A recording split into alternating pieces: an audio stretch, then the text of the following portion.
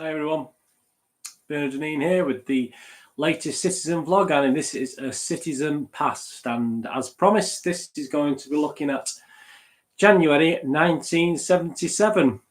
So I wasn't quite 18 then. I was born in 1959, so obviously I was going to celebrate my 18th birthday. I didn't go on and celebrate a 21st as well. I mean, you know, these are the rules, and now everyone seems to have an 18th and a 21st, don't they? So that's quite unusual.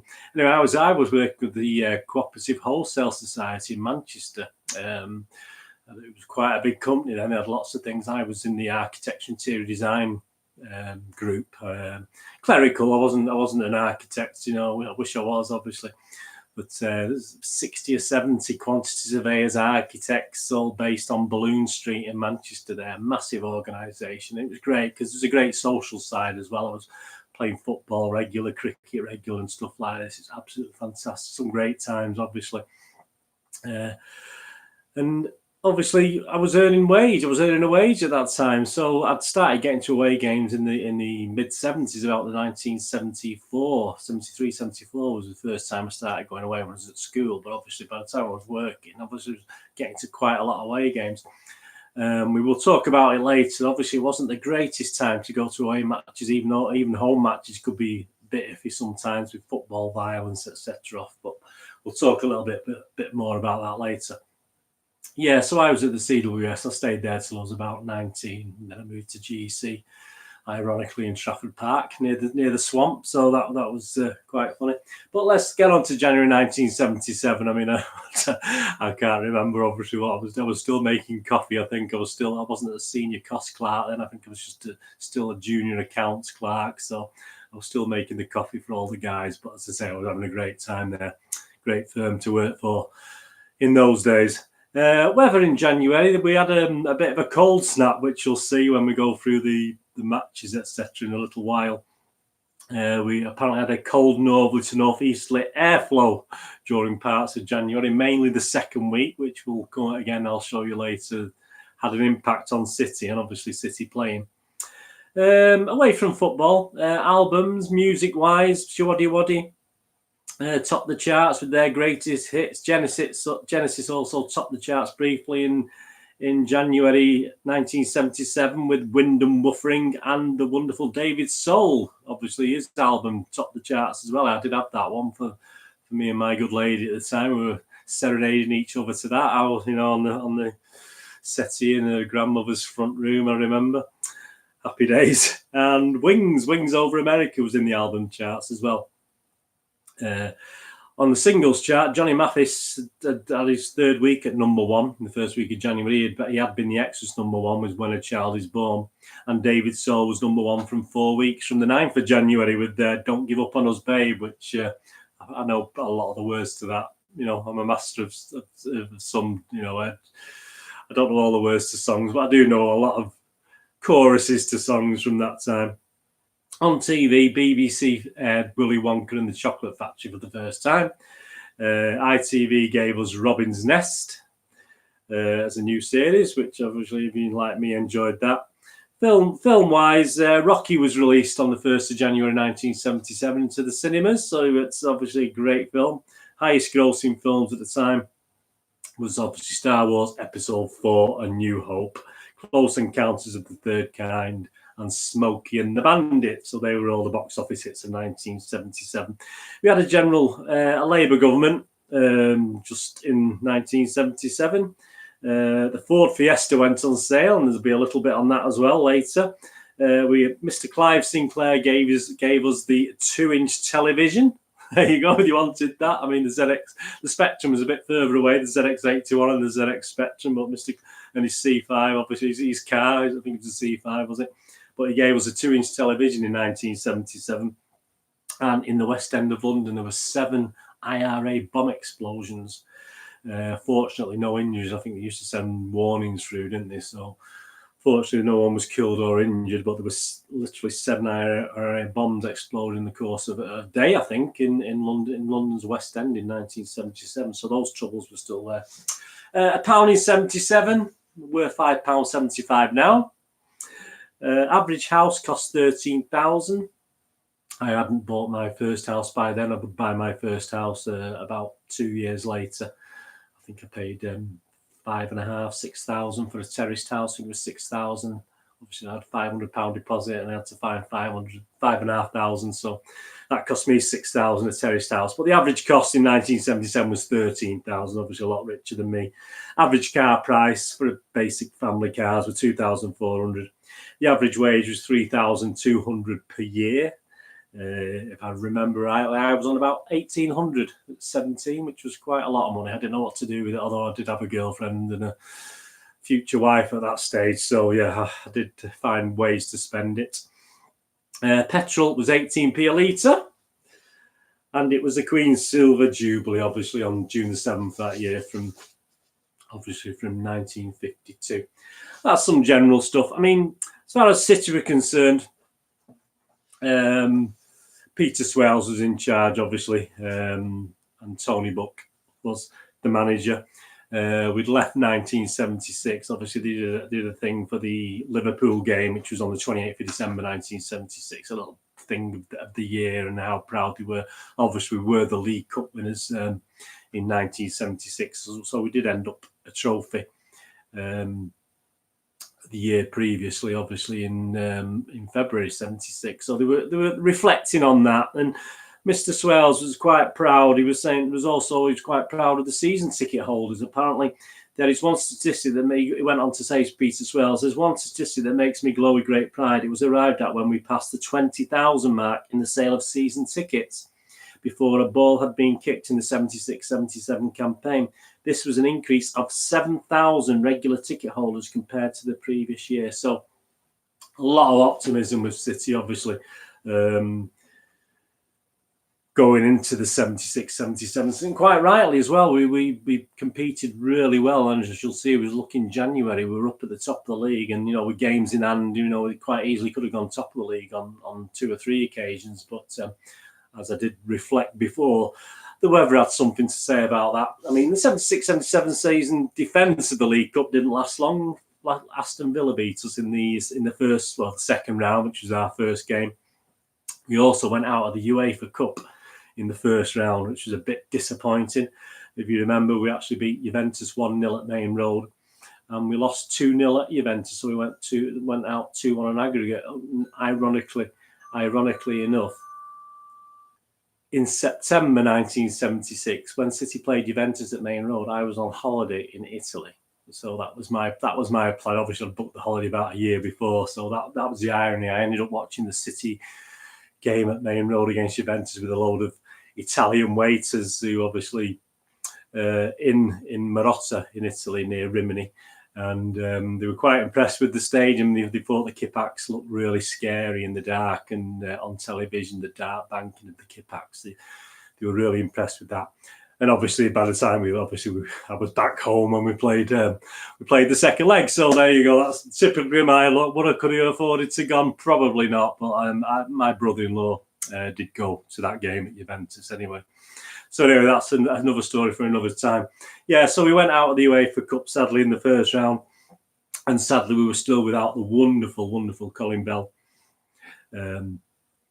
through injury. So he was still struggling. I mean, what a difference he would have made. And Colin Bell, I think we may have, people do say we could have won 1 or 2 more titles in the 70s with Colin Bell. Off the pitch, and we'll touch on this later, we did have a lot of violence off the pitch. And if I look back at the programme, I'm looking at this programme now with the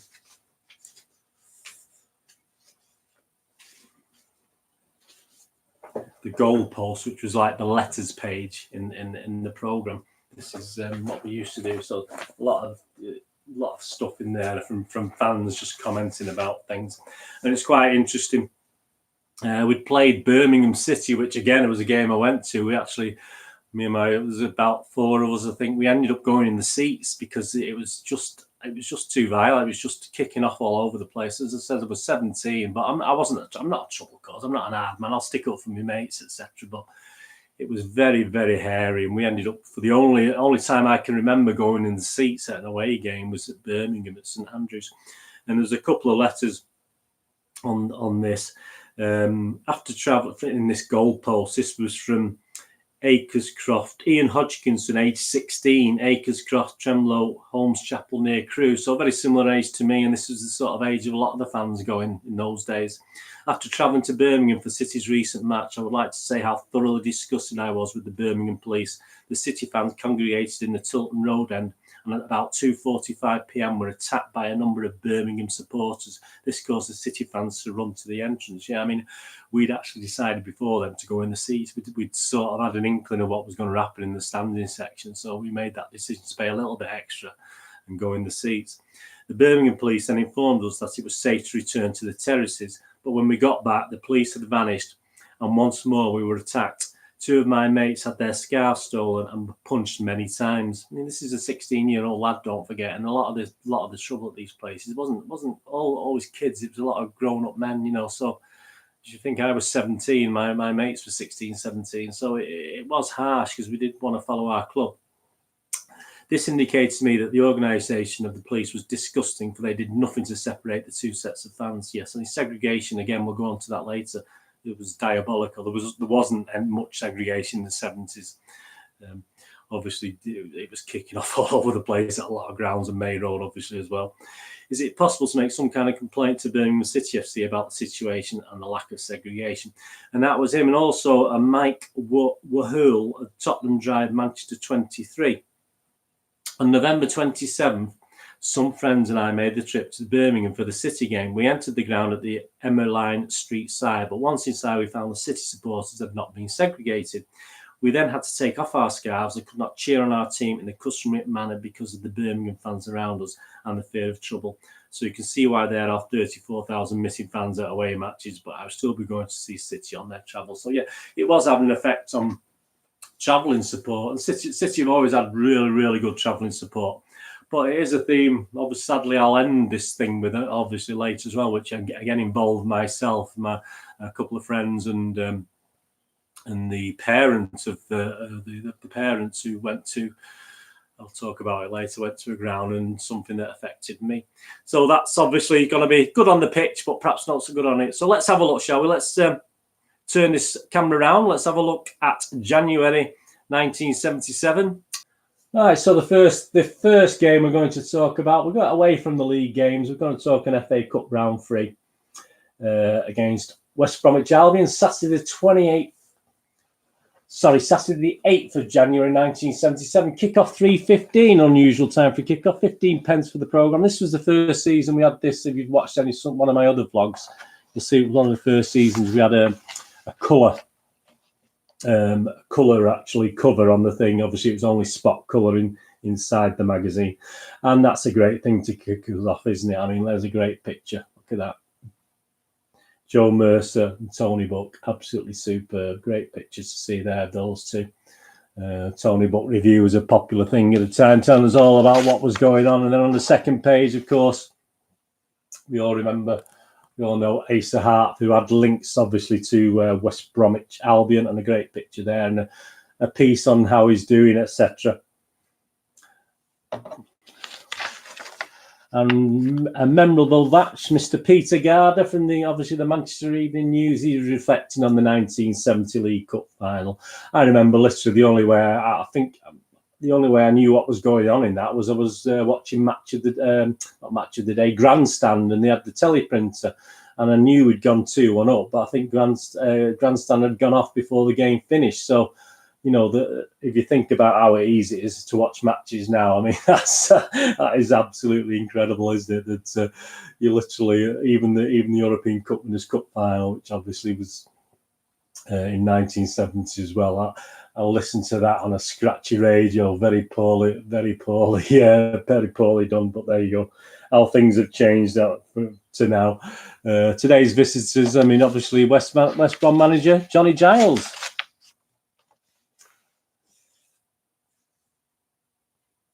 Get the handy idea there. So that was always an interesting piece, because that was about information just about City, what was going on. And some great action pictures here from the Liverpool game, the aforementioned Liverpool game, which was just after Christmas time. It was actually a 1-1 draw. Liverpool were top of the league at the time.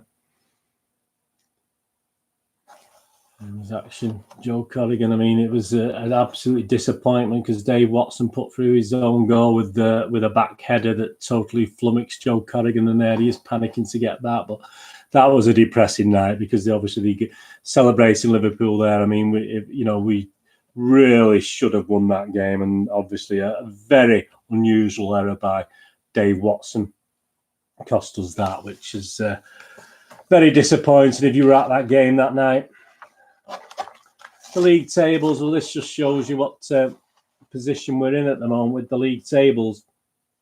Obviously, Liverpool's sitting top, but look how many they played 23 games. It's 2 points for a win, don't forget this.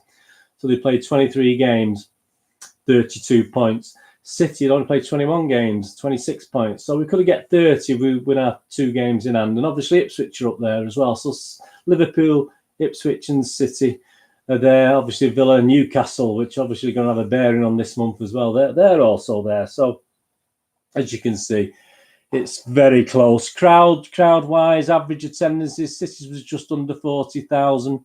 Liverpool's was 46,000. So they had a few more there, but Aston Villa, 39,000. Newcastle, 33,000. So, and if you look, compare it to the season before, City's average is up about 5,000. So that's excellent. And just again with the Peter Swales things and the season ticket, it sort of goes onto that. And the goalposts that we looked at before with the violence, with the football hooliganism. After the home match with Derby, over 40 car windows been parked from Grangefort Road, had windows smashed and contents scattered. Would it be possible to introduce a couple of policemen from ground duties to patrol this area? So, I mean, that wasn't happening, wasn't it? But there you go. We have similar problems, don't we, even now, if you don't park in a proper place. And this is an interesting one from John Collins, Higson Avenue, Peel Green, Eccles, Manchester. Could you please take the seats out of the Platt Lane stand so that the Kippax fans can congregate behind the goal and compensate this by putting seats in an area of the Kippax, using the rest of the space for visiting fans to stand? This will give the ground more atmosphere and a bigger crowd capacity. I'm sure most fans would want this. So, and the answer from City: at the expense of this project would make it prohibitive, especially in these trying days. And thanks for pointing out our photo capture mistake, as many others did. Blah blah blah. Anyway, that's something else. But as you see, I mean, money was tight. It was the 70s, a time of the 3-day week, and all this sort of thing. So that was quite interesting. And the team for the day, well, it's pretty much as the programme, actually. The only difference was we had I mean, if you'll notice through January, we very, very rarely changed the teams. We had the sub was Peter Barnes, but you had Corrigan, Clements, Donachie, Doyle, Watson, Power, Owen, Kidd, Royal, Hartford and Chewett. Obviously, West Brom. Anyone outstanding on there? You got Willie Johnson, David Cross there, John Willie, Tony Brown, Len Cantello, John Osborne in goal. So an interesting team from West Brom, wasn't it? How did we do? Well, unfortunately, we only managed to draw that game in front of a crowd of 38,195. Our man of the match was City man of the match was Willie Donachie, who had a really great game. And it was Kiddo who scored the goal. So that meant, obviously, after that we would have to go to West Brom for the replay. So it was quite soon after, Tuesday, 11th of January. I remember going to this game as well. It's absolutely freezing, snow on the ground. I think there was snow on the pitch, which we might see later as well as we look through these things. 15p there programme as well. So there we go. There's West Bromwich Albion, all their players. A piece on Manchester City with the trophy there. There's a bigger picture in one of the other programmes I'll show you later. And obviously the links to Asa Hartford are actually there. So in the same way, the teams at night, again, pretty much the same. City, again, absolutely identical. Corrigan, Clements, Donachie, Doyle, Watson, Power, Owen, Kidd, Royal, Hartford, Chewett, and the sub again was Mr. Peter Barnes, who was a bit of a super sub this month. And we won. We beat them. We beat them 1-0. I mean, it's a great game. I mean, West, if you think of the thing on Birmingham before Birmingham City, West Bromwich Albion was always an easy place to go as far as I was concerned. Anyway, you can get into trouble at any grounds in the 70s, but West Bromwich Albion was a nice place to go. It wasn't unfriendly, and the fans were okay, but I know we always took plenty of numbers, which did make it. In the 70s, that was important. The more of you there were, the better chance you have of escaping the grounds. It's quite sad, isn't it? But anyway, that was a win in the replay for us on to the next round of the FA Cup, which we drew Newcastle, which will feature later. Now, an interesting one. So we go to the 15th of January now. Aston Villa away. As I said, the weather was a bit iffy, to say the least. And obviously, you look into the Aston Villa programme, you've got the wonderful late Ron Saunders. If you watch my other vlog, we did a recent tribute to Mr. Ron Saunders, but he was ensconced then as Aston Villa manager. The bits on City are quite good, some quite good images. Again, the image with the League Cup in front there. And that looks back at the earlier August game against City at Main Road, which City won 2-0. So some action pictures there from that game. Joe Corrigan there. No gloves, notice. We never used to wear gloves in those days, but that's another story. That's a nice look back on that. And obviously Villa were building the new looking at the new stand, the new Whitton End stand. Obviously, this is obviously got that haven't been built as such, but there was the images for it. It looks quite futuristic, doesn't it? It doesn't quite look as good as that, I don't think, in real life. And approaching this Villa game, well, the tables, if you look at it, Villa were fourth, just 3 points behind. So yes, 3 points behind, and we were third still. So we were still third. We had 2 games in hand on Liverpool, and in fact, Liverpool had lost their last game. So if we'd won those 2 games in hand, we would have gone top. And then looking at the teams, well, it's a bit pointless, but look at this. I didn't go to this, and I'll tell you why in a minute, but the Tony Buck signature, now I have no authenticity of that. And there's the team, but what the game was abandoned. The game was actually abandoned. So this program for this game was never played. The game was actually abandoned. So, but I do know that the City team and Tony Buck in particular got back to Main Road in time. Let me show you this. So that signature may have been got at Main Road. I'm not 100% sure, but they got back in time for the reserve game against Aston Villa reserves, which I actually attended on that day. So I hadn't actually gone down to Villa, but I had gone to Main Road to watch Manchester City reserves. City reserves are probably about 8th or 9th, I think, in the league. And look at the teams there. I mean, the only changes to the teams was Garmery was actually substitute, and Bennett wasn't playing, but O'Shea and Keegan had came into the City team as well. So there you go. You got the old Keith McRae, who I think would be sold that season. Ray Ranson as well in the reserves. Roger Palmer, Dave Bennett. I mean, some Mike Leicester, Peter Barnes. I mean, so obviously Peter Barnes is actually named in the team and did play, so he actually wasn't substituting the unplayed Villa game. But as I said, Tony Buck came back, and so that signature on the away programme there for the same day obviously could have been from Main Road. As I say, it may have been gotten for me, but this is mine. This is my reserve sheet. And did we win? Yes, we won 3-0. And the game warranted a little match report as well. Saturday the 15th of January, City reserves 3, Aston Villa reserves 3. Moments of magic from winger Peter Barnes skiing the openings from which City gained their first 2 goals and an early grip on the match. The exciting young winger first tormented the Villa defence to maximum effect in the 10th minute, bamboozling 3 opponents in a run from the halfway line before serving up a chance to Mike Leicester, who drove in the first. In the 26th minute, Barnes foxed 2 defenders again and chipped the ball to Tony Henry, who slammed it home. Despite a booking for Ray Ranson, City had control, and a 3rd goal came in the 28th minute with Leicester again the marksman after intercepting an ill-judged back pass by visitors fullback Macefield. A great move between Gerard Keegan and Roger Palmer, and Leicester almost produced another goal after the break, but Keegan was robbed at the last second. Keith McRae was a solid backbone to the defence. Keegan and Henry revealed style in midfield, and Barnes had Villa in a tizzy on many occasions. There was a late substitution with Vinnie Garmery taking over from Graham O'Shea for the final 5 minutes. The team, McRae, Ranson, Sherlock, Henry, Moss, Evans, O'Shea, Leicester, Palmer, Keegan, Barnes. So yeah, so we even get a match report for that one. So that was great. As I said, I did attend that. I did attend quite a lot of reserve games. If I couldn't get to the first team games, I did have trips to Oldham as well to watch their games, but obviously that was the main thing I did. So then we get on to the next. So eventually we do play a league game, and eventually we do, obviously after disappointments, we do play Leicester on the 22nd of January 1977 with a normal kick-off with 3 o'clock there. Great picture of Dennis Stewart celebrating Ace at Hartford. And is that Paul Power there? Interruptions we can do without, yeah. I mean, Tony Watts can go on about the weather problems, etc.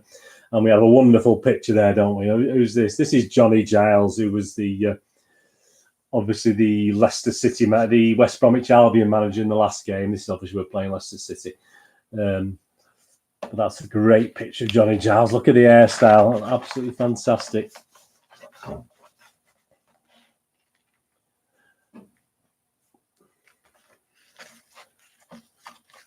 Manager Tony Butt talking on the City desk. He's talking, obviously, City fans advised to keep tuned into local radio, etc.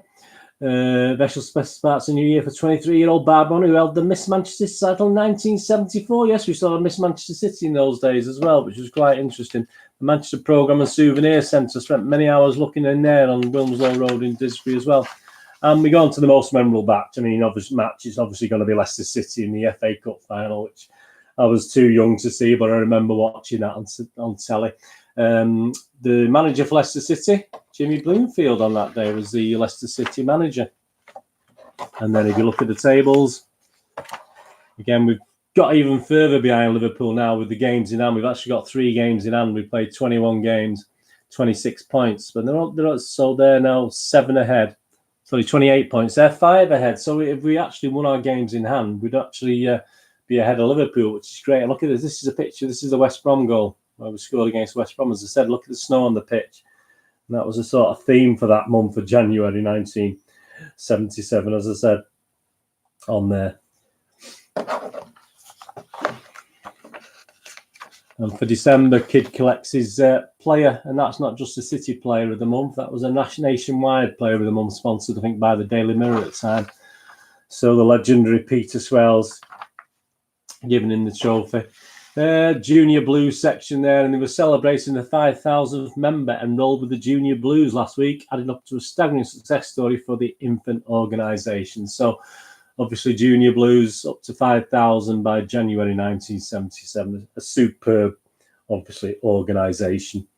And the teams as it stands, and here's the score. Look, City win 5-0. It's even on the programme. It's absolute wreck. 4 goals for Brian Kidd, so that is...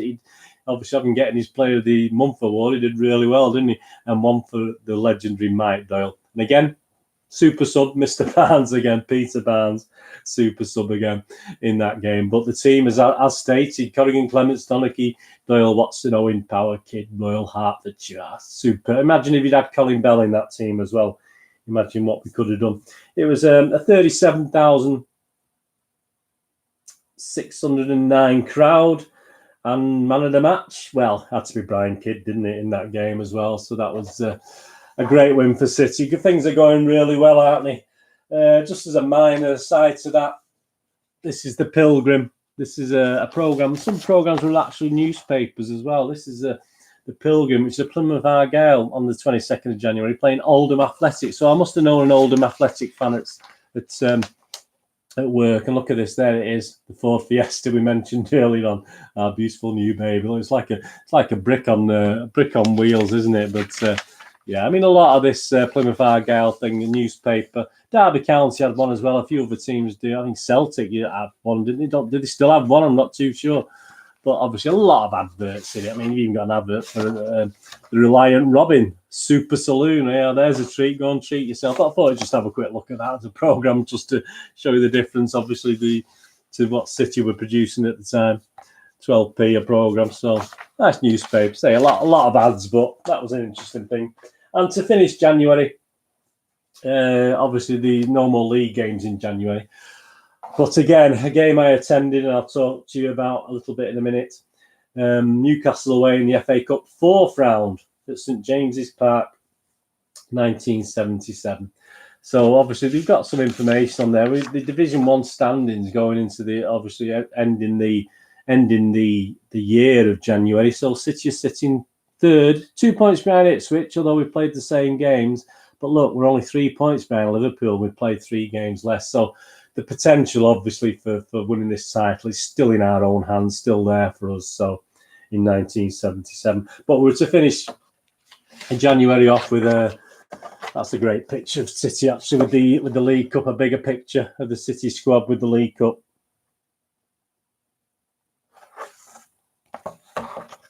Some great action from St James's Park as well. Their replay had an FA Cup replay like we did against West Brom.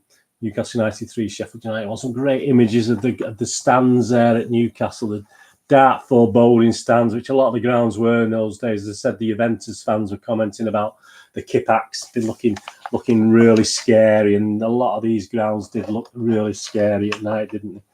The City team, well, no change again. I mean, I wish we could play a settled team like this now, but Corrigan, Clements, Donachie Doyle, Watson, Power, Owen, Kid Royal, Hartford, Stewart. So, yes, a fantastic, on the pitch, a fantastic win for Manchester City. We beat Newcastle 3-1 to qualify for the next round. A crowd of 45,300. Owen and Royal scored, and an own goal by a Mr. Clark, who we all know. A Mr. Clark own goal. Our man of the match that day was Paul Power. And as I said, City finished that, and we actually drew Leeds United in the next round, which is another story, isn't it? Leeds United away in the FA Cup, in the 5th round of the FA Cup. So that finishes January off. But we can't really leave January 1977 without mentioning that Newcastle game in the FA Cup. There'd been a bit of worry before. As I said, segregation in the 70s was absolutely so poor. It was really, really poor. And there'd been a little bit of trouble leading up to this Newcastle game. And there was obviously the Newcastle had parts of the ground closed, etc. And these couldn't play some games at home because of trouble at Newcastle. There was a lot of trouble in the 70s. And there was a lot of thoughts of trouble. There's a lot of City fans going down to Newcastle. Myself included. I went with a friend and his mum and dad, and there was a lot of worry about trouble. There's going to be a lot of trouble at the game, and there was. We literally got into the ground, and it was all kicking off. I mean, we were in the open end in the corner, and they were literally putting Newcastle fans in with the City fans because they had too many fans in the Newcastle side. And it was absolute bedlam. The police were helping them in, and all that, and trouble broke out. Obviously, fights broke out all over the place. We got pushed behind the stand. There was a few hundred City fans just literally got pushed down the stairs at the back because of the sheer wave of trouble, the fight, and everyone got pushed back. And it was so cramped as, you couldn't move. You literally lifted off your feet. And we were pushed back behind the concourse. And after about 10 minutes, the game was going on, and we obviously could hear the game going on. And the police refused to allow us to get back in. We couldn't get back in. We couldn't push our ways back in. So there was literally 300-400 Manchester City fans. The exits were open. We're told to go. We were left to walk Newcastle. Absolutely ridiculous. And after the match, it was a nightmare as well. The Newcastle fans went on a rampage. So, but this was a piece by my friend's mother, Day of Terror for me, that she wrote to the Manchester Evening News. And obviously there was a lot of complaints. Just read a bit of this for you. In the aftermath of City's great FA Cup victory on Tyneside 7 days ago, this eyewitness account of the scenes at St James's Park during the 10-minute first half hold-up when the crowd threatened to spill over onto the pitch. And this was happening. They were, and obviously, so as they were spilling out, obviously guys were being helped over, but into the part that was supposed to be for City fans, segregated for City fans. But literally, the police were putting Newcastle fans in with the City fans. Absolutely diabolical. Written by Mrs. Brenda Torr, who was the mother of my friend, of Margaret Road, Denton, Manchester. It follows the call by supporters club secretary Frank Horrocks for action against the Newcastle club. Mrs. Torr writes, I was one of the Manchester City fans who travelled to Newcastle on Saturday along with my husband, son and 2 of my son's friends. I had never been so terrified in my whole life. When we entered Newcastle's ground, it was obvious many Newcastle fans had only come to cause trouble.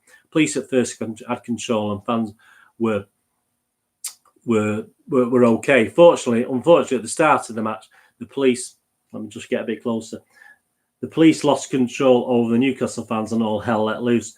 The police were even helping Newcastle fans into the small area set apart for City. Yeah, it was a segregated corner.